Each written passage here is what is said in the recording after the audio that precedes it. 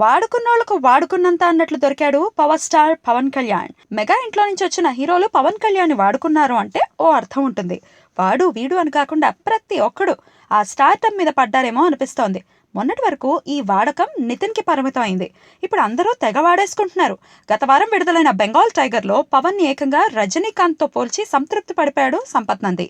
పవన్ తో ఎలాగైనా సినిమా చెయ్యాలన్నది ఆయన ఉద్దేశం, ఆశయం. దాన్ని నెరవేర్చుకోవాలి అంటే ఇలాంటి బిస్కెట్లు అప్పుడప్పుడు కాస్త వదలాల్సిందే.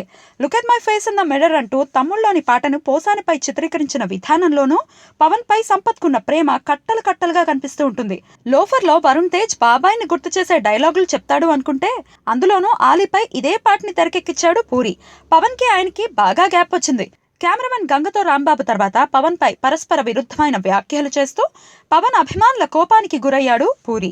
లోఫర్ కి సంబంధించిన ప్రెస్ మీట్లలోనూ పవన్ ఫ్యాన్స్ ని కెలికేశాడు. వాళ్ళని శాంతింపచేయడానికే ఈ పాట పెట్టినట్టు అర్థమవుతోంది. రేపు రాబోయే జత కలిసే సినిమాలోనూ పవన్ సినిమాలోని సన్నివేశాల్ని స్నూఫుల్ గా మార్చారు. ఇదంతా పవన్ అభిమానుల్ని బుట్టలో పడేయడానికి అన్నది స్పష్టంగా అర్థమవుతోంది. చిన్న చితకా సినిమాలు హీరోలు పవన్ ని వాడుకున్నారంటే ఓ అర్థం ఉంది.